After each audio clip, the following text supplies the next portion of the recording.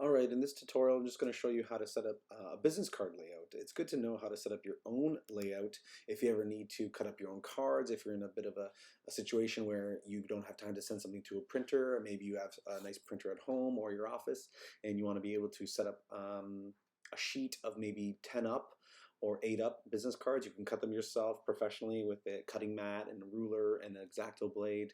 You have nice paper, a thicker stock, maybe an 80-pound, 100-pound stock that you can use and print off some quick business cards. But obviously you should get these professionally printed, professionally cut. But in the meantime, it's good to know this information anyway. So I'm just going to start off with a new file new in InDesign. And I'm just going to start here. Just a quick, simple 8.5 by 11. So we could assume that we have 8.5 by 11 paper in our office or home, 8.5 by 11. And I'm just going to create, I don't need a bleed or anything like that. I'm just going to set up a normal document here, but obviously the bleed is there as well. It doesn't really matter. And by default, our margins are there as well, which is fine. Now I know I'm just going to grab a rectangle that a normal standard business card size is 3.5 by 2. So what I'll do, I'll double click with my rectangle tool selected and I'll just type in 3.5 by 2. And what that's going to give me is an exact size of a business card. And I could just put that in the top corner of the margin there, which is fine. Now keep something in mind here. Right now it says 3.5 by 2 and there is a fill but no stroke. Now if I wanted to change this, let's say I don't want to fill, I just want to have a stroke. Watch what happens because of my stroke panel. Let's open up the stroke panel and take a look at what happens here. I'm just going to flip this around. I could flip this around saying I want a stroke but no fill. I'm just going to use this little arrow here and I flip it. And look what happens now. It's no longer 3.5 by 2. I can see in my control panel it's 3.5139 by 2.0139. So what happened was I switched it from a fill to a stroke, but the stroke by default is set in this way, aligned stroke, and it's aligned to center, meaning some of the stroke is on the inside. Let me zoom in and you'll get a better sense of it. Some of the stroke, as you can see, is on the, right now that blue line or that purple line is the actual path of this rectangle, and you can see that some of the stroke is on the inside and some of the stroke is on the outside, meaning it is center on that. But if I highlight that and now I say no, I want it to be on the inside, I stroke the inside, look what happens. It goes back to 3.5 by 2. That is exactly what I want. So I want the stroke to be on the inside. So I know it's a proper 3.5 by 2. But watch what else happens if I click on the outside. I click on outside, and now the stroke is on the outside, and now I made it much bigger again, 3.278 by 2. So I want to say I want it to be on the inside. So now it's on the inside, and I have my stroke. It's on the inside, it's 3.5 by 2, that's perfect. So now what I'm going to do, I'm going to show you a couple different ways on how to do this. What I want to do, I'm going to set up the skeleton of it first, like just the foundational part of it. I'm going to take this, and maybe I'll even shrink down the weight of the line to 0.125. And once again, by doing that, 0.125 point, it actually still keeps it at 3.5 by 2. It doesn't mess with the actual box that it's in because the stroke is on the inside. I'm going to realign it to the margin again just to make sure it's there. And what I'm going to do, and I'm going to make sure that it has a stroke of, a black stroke of 0.125. Oh, something happened there. Let me redo that, make sure I have my stroke. It's black, it's 0.125, it's centered, or sorry, it's inside and it's 3.5 by 2. Perfect. So if I shut off, if I go on preview by clicking W, I click on it actually preview mode. I get rid of all my margins and my lines and my text frames and all that. I could actually see, yes, this is what I have. So I'm going to bring back my guides by pressing W on preview mode. You could also go to preview mode here, preview, and go to my normal mode here. So I'm just going to click on that. I'm going to hold down Option with my arrow, my move tool. I'm going to hold down Option, which turns it into a double cursor, which means I'm about to duplicate something, and I'm going to hold down Shift to keep it in line. Now, obviously that's on a Mac, and I'm going to zoom in a little bit, and I can see how it lines up. It lines up very nicely there. Great. So now what I'm going to do, I'm going to select both of them, hold down Option, double cursor, and then I'm going to hold down Shift to keep it in line, and look how it kind of snaps to each other really nicely. And that's also part of the view in the smart guides. The smart guides are on grids and guides, and smart guides aren't on actually, but it does snap nicely because I can snap to guides, and snapping does help out quite a bit. But I'm going to put smart guides on too. I shut them off from time to time, and that helps us kind of align things. I'm going to take the last one and I'm going to align it, and look at that, I got a perfect 5 across.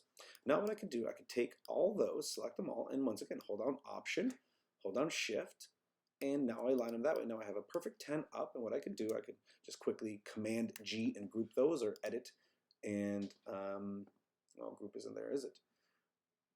Object group, sorry, object group, Command G, or I can ungroup obviously after. But right now I have it grouped, and I'm just going to go to my alignment panel at the top in my control panel, or align down here in my align panel, and I could just say, click on this, align to the page. There's obviously a couple options, align to selection, margins, page, and spread. This I want to align to page, and I'm just going to center and look, it aligns it to the page. This is useful because if you are to print this off in your office computer, or home printer I should say, what's going to happen is it'll align it perfectly centered. If for some reason it's off a little bit, things might get cut off depending on how your printer's set up and all that. So this hopefully will help you out. So now I have my structure, my skeleton of how my business card layout will look. Now we're not done here. This is just the start. So what I've also done here in Illustrator, I just quickly designed something, a business card. This is also a 3.5 by 2 artboard. So I'm just copying everything. And I like to do this. I like to copy vectors from Illustrator as vectors, not flattened versions of the vector. I make sure that the type is outline. Object, create outlines. Where is the create outline? Sorry, type and create outline. Now, obviously it's grayed out because I've already done that. So type, create outlines. Because if you bring in, copy in a vector that has not been outlined, you're going to have some issues with your text more than likely. But I outlined everything. I made sure that the layers that I want are unlocked, they're visible, and I'm just going to copy everything, Command C. I'm going to go back into InDesign and Command V. And look at that, I have my information here that I wanted. Now there was a bit of an issue with copying this in. I would fix that up later. Some of the gradients didn't show up properly, but that's okay. That's not actually a big issue. I could fix that. But just in the meantime, for showing what I want to show you, this is what we're looking at. So I'm just going to grab that one. Now I did group it, right? So I'm going to ungroup it. I can go to Object and Ungroup, or Shift Command G, which I'm going to do as well. And there I've ungrouped it. So now what I can do with this information, because what I pasted in is grouped together, I could select the one box and what I grouped in together. And now instead of saying align to page, I could align to selection. Or what I like to do is select both my graphic and my rectangle. And with them both selected, I click on one of them again, which would be the box. And look what happens. It aligns it to a key object, meaning it's about to align it to this thing. It's going to align this graphic to this box, and I'm just going to press center and center, and now it's perfectly aligned inside there. Once again, if I select both and I click on the box one more time without touching anything else, just click on it again, it becomes the key object where something is going to align to. If I want to do it the opposite way and say, no, I want something to align to the graphic, I click on the graphic, and now everything will align to the graphic, but I don't want that. Obviously, you could do align to selection as well, but we're not going to do that. Just to show you that, because I'm a really big fan of the key object. So everything is aligned. I'm happy with that. Now, if you want to change up the alignment, move things around, whatever you want to do with your arrows, that's completely fine. So what I can do now is I can say, okay, I can just duplicate this down and align and align and align and keep on doing that, align to object. Now, I know that this is probably perfectly aligned vertically, but I might want to realign it horizontally. So I would have to do that. But let me do something else here just to show you. So I can continue that down and align, and see how my smart guide is actually helping me align it perfectly straight, perfectly every time. Now I could take those and I can bring them over here. Just hold on again, once again, hold on Option, hold on Shift, keep them in line.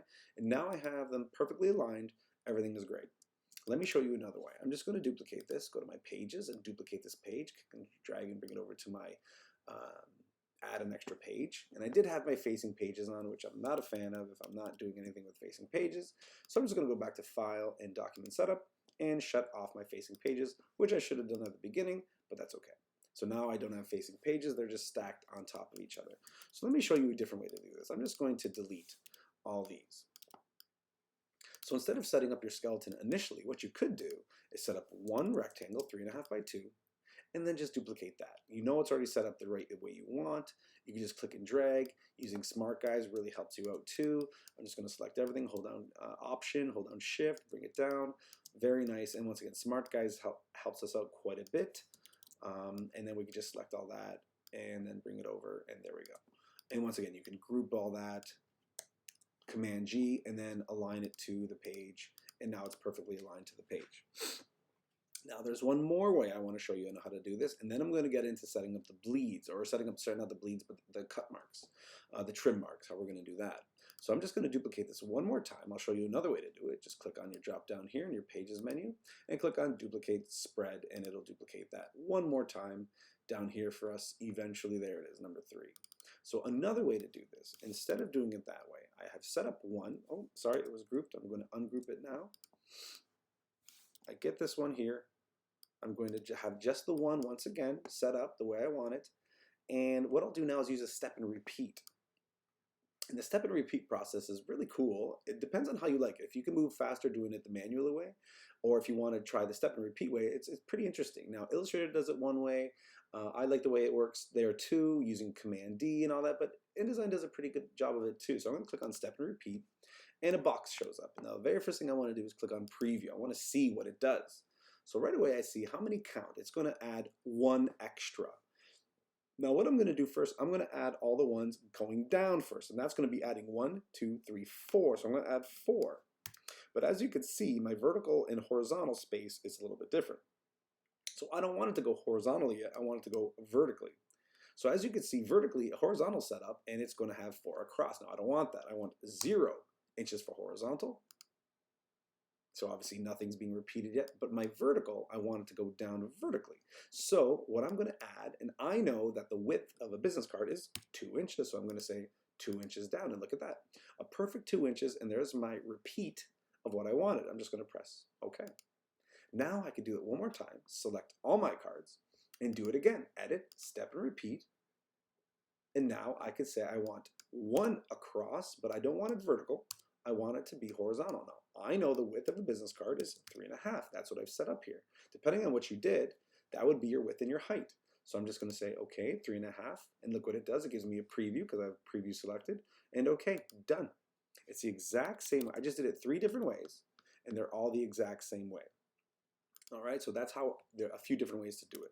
Now I'm going to do one last thing, and that is, if I am to set this up and I am to print this, I don't want all these boxes around with all these lines, but if I don't have these lines, I don't know where to cut to have a nice edge and to make sure that there's no line across it to make it look as professional as possible.